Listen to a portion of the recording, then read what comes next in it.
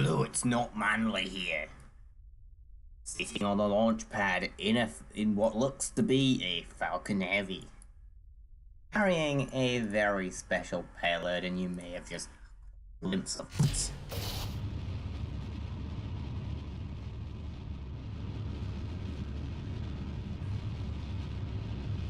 You shall not know what this is until we reach orbit, of course. This is a very, very special payload. I will explain once we are in orbit and once we are on the bright side, because it turns out our orbital insertion maneuver will be on the dark side of the planet.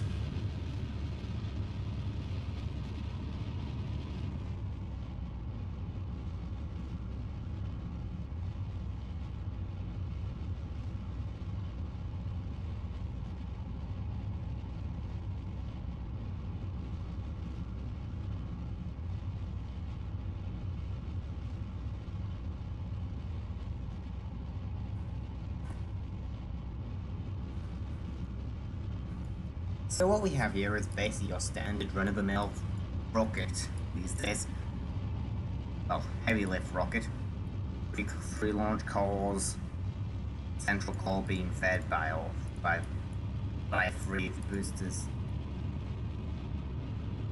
By three boosters, as you can see, the center one and these two are feeding the center one.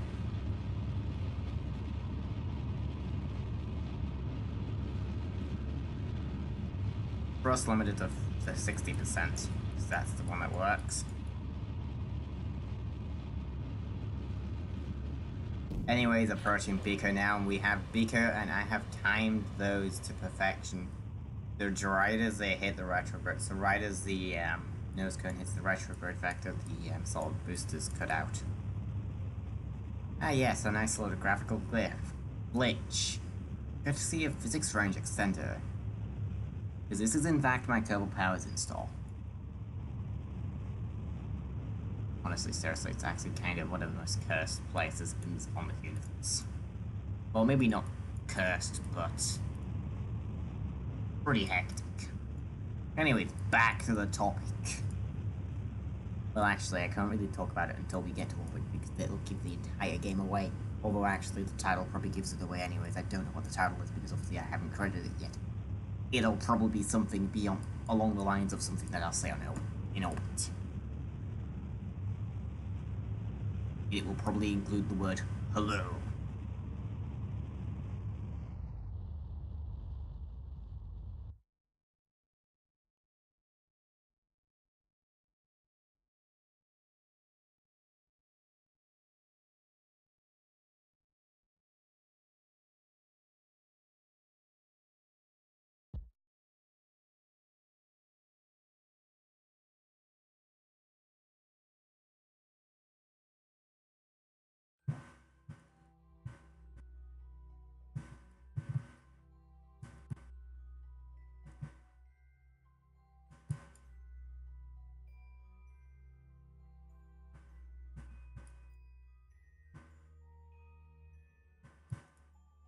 Anyway, switching to 4 times time acceleration now. I'm of course doing this mission in real time as usual.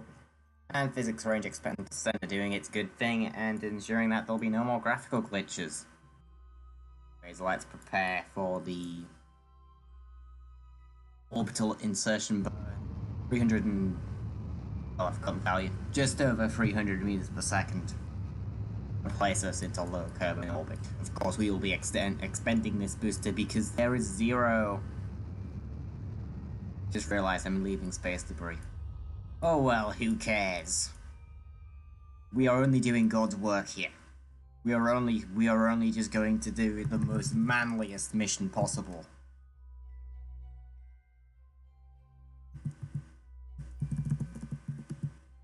Yes, we are doing the most manliest space mission you may have ever seen.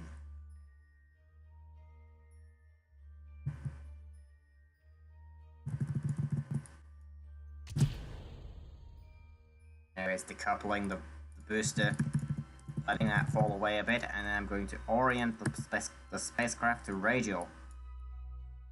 I'm going to do a slight burn to ensure that during our...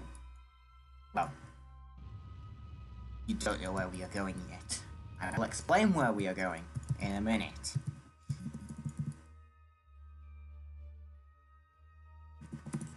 And let's orient up again so I can deploy the fairing. This fairing has the most important payload I have ever launched in Kerbal Space Program. Please have a dramatic pause for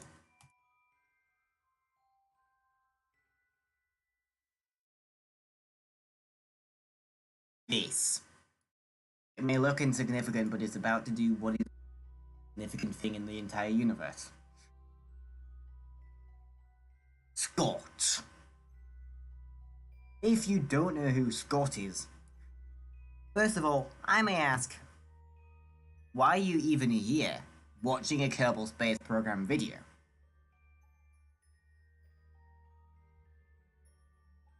If you don't know who Scott Manley is, why? First of all, why? Second of all, what? You don't know who Scott is?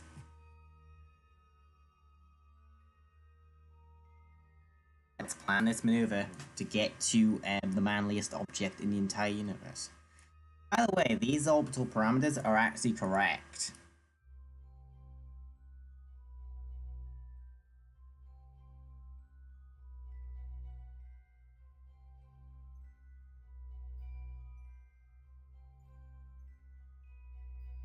These orbital parameters are also correct, and I'm going to use my execution of these maneuvers. It makes it a lot easier. Yeah, I'm almost at low power. Like this.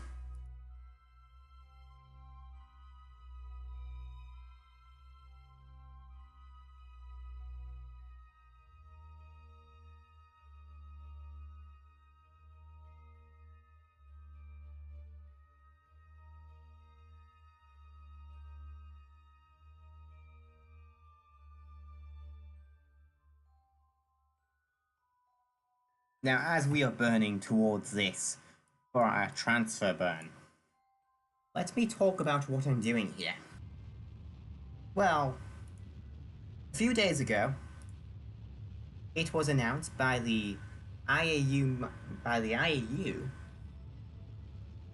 or at least it has been discovered because it wasn't really announced, that there is an asteroid named after the Kerbal Space Program YouTuber, science communicator, astrophysicist Scott Manley.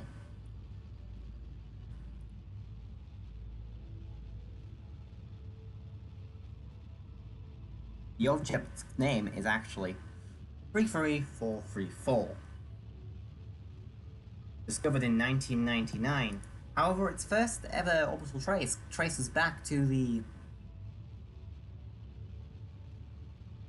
7th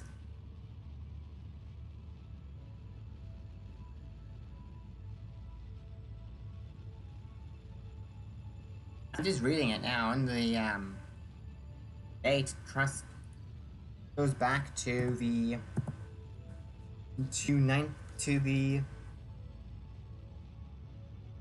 7th of March, 1954. That's the first time that Scott Manley was seen, even though some would say he was born in 1972. There was no asteroid sighting of this in 1972, unfortunately. The next one after 1954 being 1989. Then there was one in 1991, 1996. Few in 1999. Then from then on, we have observed and observed and observed it. Up until 4 days ago, as of the timing of this recording. It was named after the man, the myth, the legend, Scott Manley.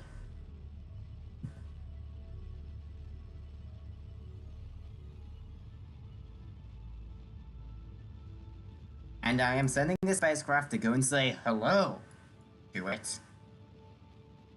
Yes, I have checked my staging, by the way. 900 meters per second to go in the ban.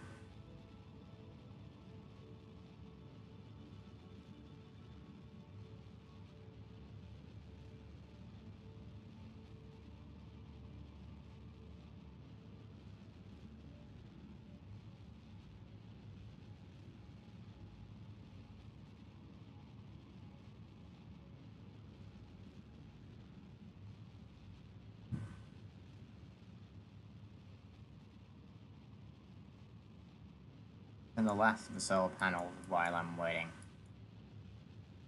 Yeah, I really do like doing missions like this. I'm gonna arm the grabber before it... Actually, no, disarm it.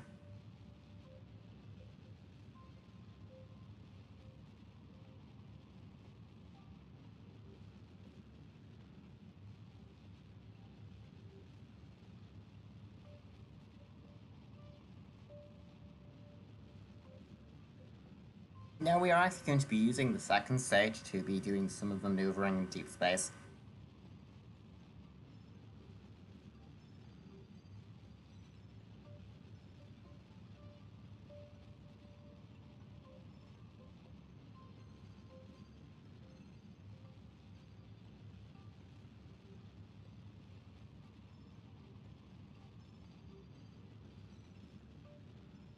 This is because, well, I forgot, I don't know what the delivery requirements are exactly, but I know I'm gonna have to give myself a little bit to spare. There is cutoff velocity being around about 3,900 meters per second.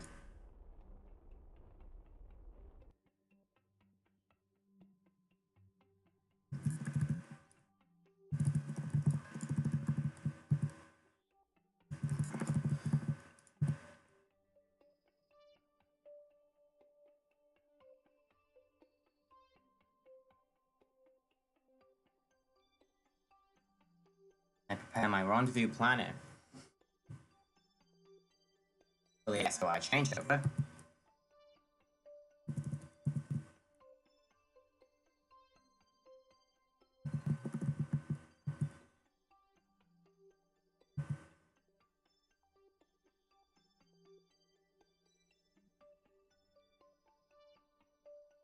Yeah,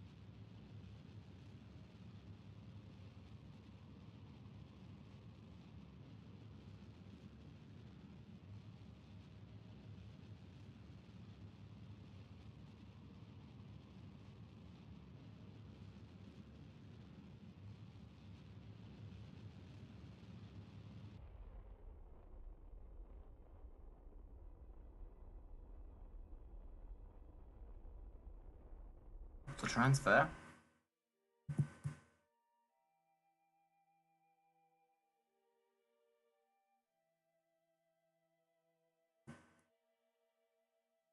Launch velocity is the closest approach.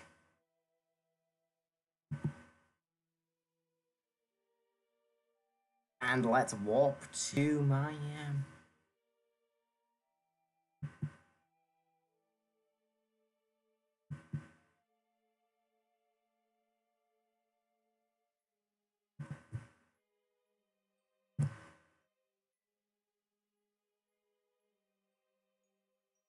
the node.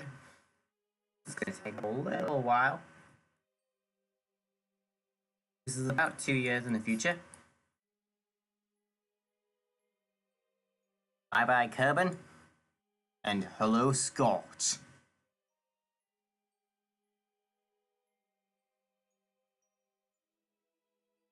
We will not be bringing Scott back to Kerbol, unfortunately, because it's a little bit too far out for my capabilities.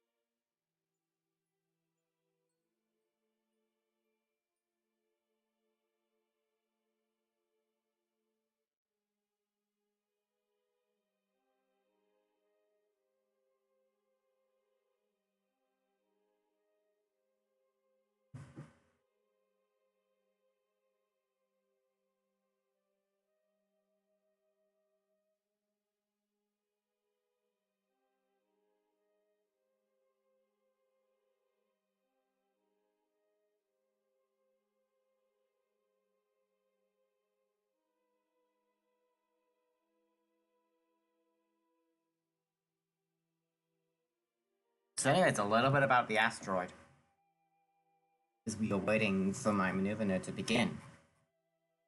Let me just scroll up to the very top of the page. It has an inclination of 1 degree, and it is orbital. So I doubt Jeff Bezos is going to get there. He's going to get here anytime soon. Maybe Elon Musk may bring this back to Earth, because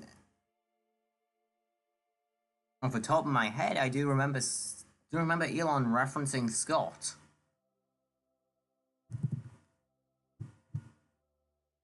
Its eccentricity is less than 1, so it is flying at a nominal trajectory. So it is very much flying safe around the sun.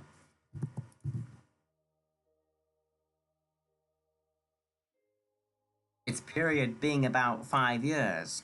So every 5 years, Scott orbits the sun. Anyways, here we are approaching the burn, T-minus 100 days. There has been about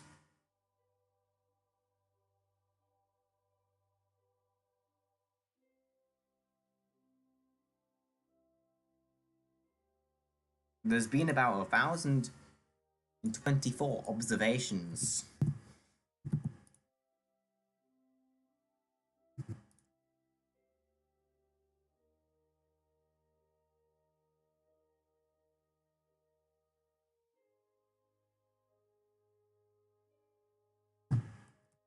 Of this so-called of Scott Manley.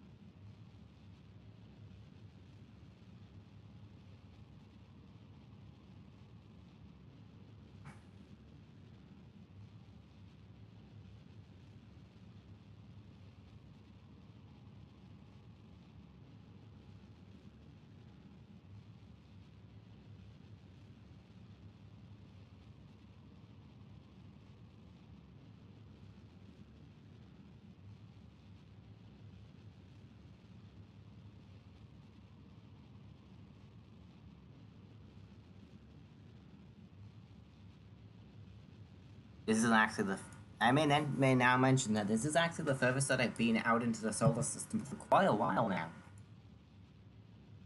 There it is. There's the thing itself. The object, the myth, the legend.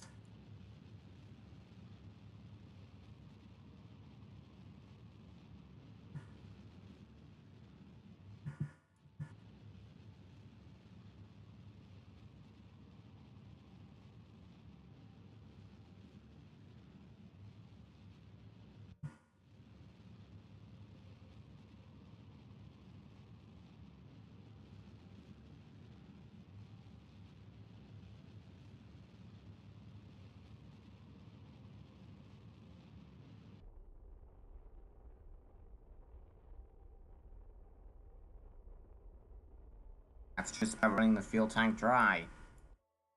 We're going to do one last. We're going to say one last goodbye to the boost that brought us here and decouple the vessel. Small burn of RCS. First target. Yes, we do. Get closer.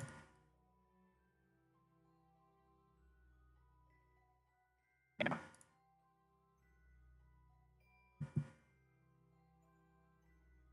Intercept. Target chosen time.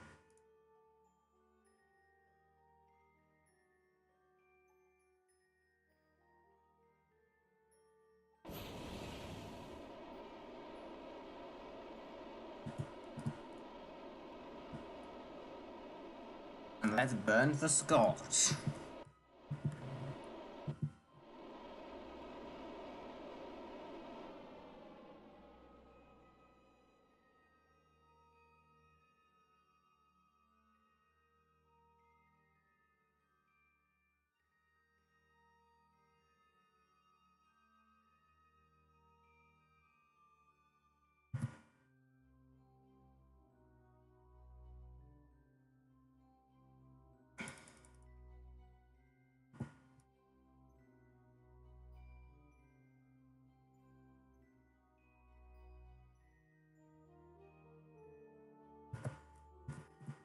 Let's walk about 10 minutes until the maneuver node.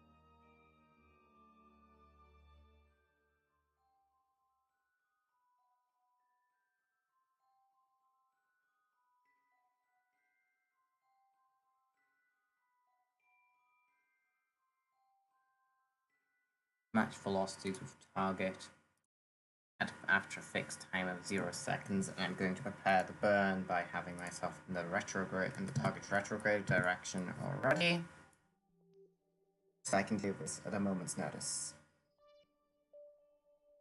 I just want to do a quick calculation. So my maximum acceleration.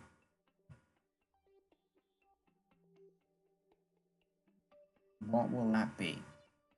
I'm just going to throw this into surface info.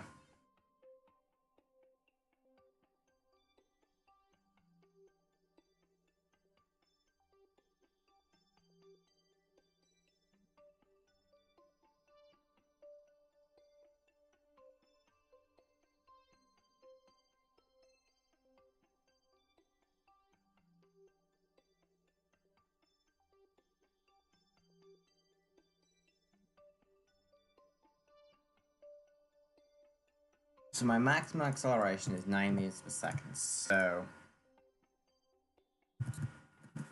111.7 over 9.077, 9.0. It'll take approximately 12 seconds to burn off my entire velocity. This means times 1.7. So this means I need to start my burn before I reach 1,371 meters, aka 1 kilometer. So I'm going to start my burn at about 2 kilometers. It's physics warp. No, because that'll be inaccurate. Here we go, we can see Scott. Hello? There's Scott. Approaching slowly at a speed of 111 meters per second.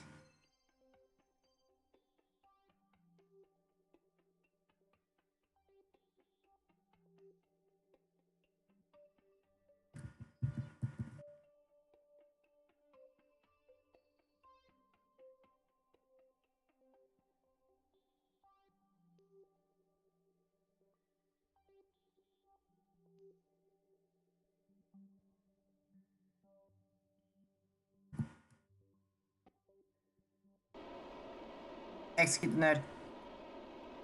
Quickly, don't overshoot. Actually, you know what? This is probably going to be perfect.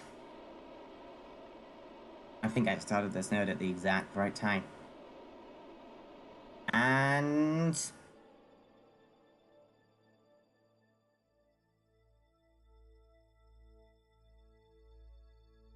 we now have a relative velocity of 0 meters per second.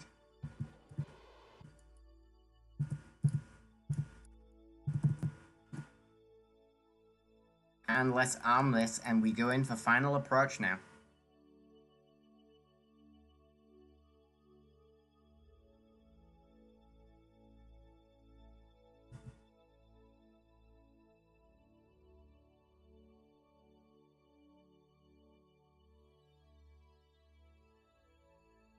The pilot always stays at about 1 meter per second in Kerbal Space Program. Of course, in real life, this will be closer to 0.1 meters per second.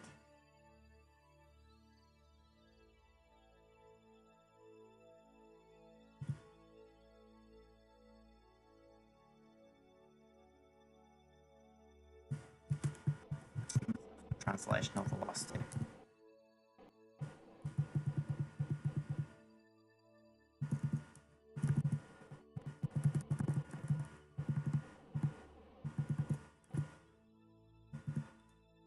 Now heading right at it. It's clean, basically what you need to do. You kind of need to get the pink thing aligned with the yellow thing. But of course that doesn't always work. Slight boost of velocity.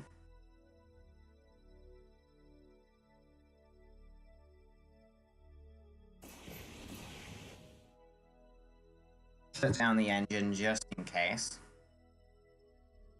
Now, because we are right on target, I'm going to disable all my RCS jets in case I accidentally hit the throttle.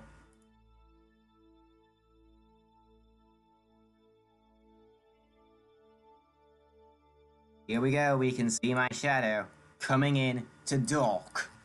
Well, to grab Scott.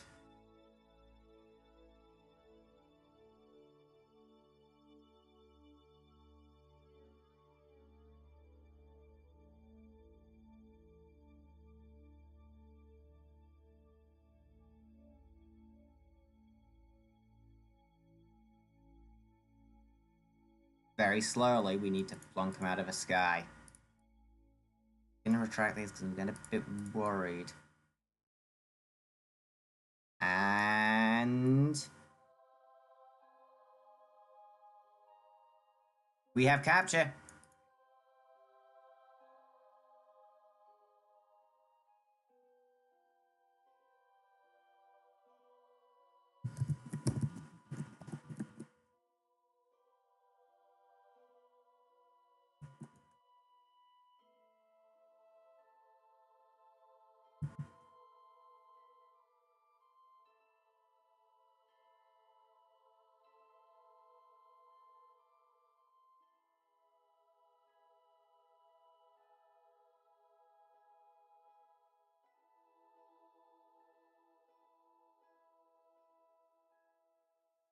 We have capture of the Scott Manley one.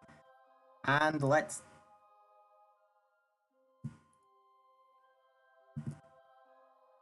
did I just give...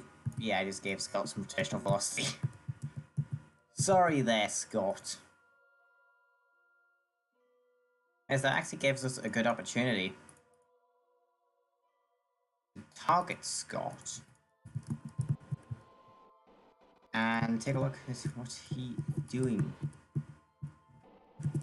Because we already know what he's doing. He's flying safe.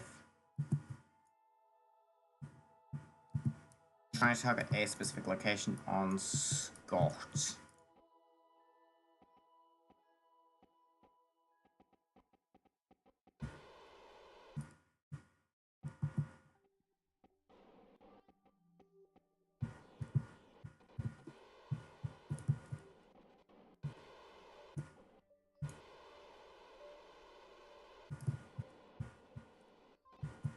Oh.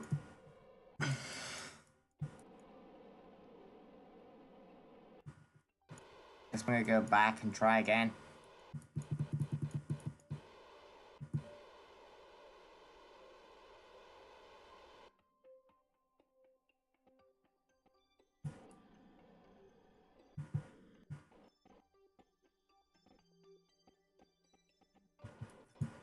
because Scott's rotating,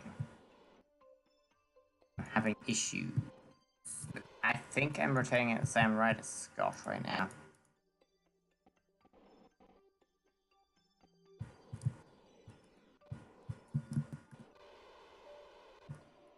There we go. And now I can rotate Scott.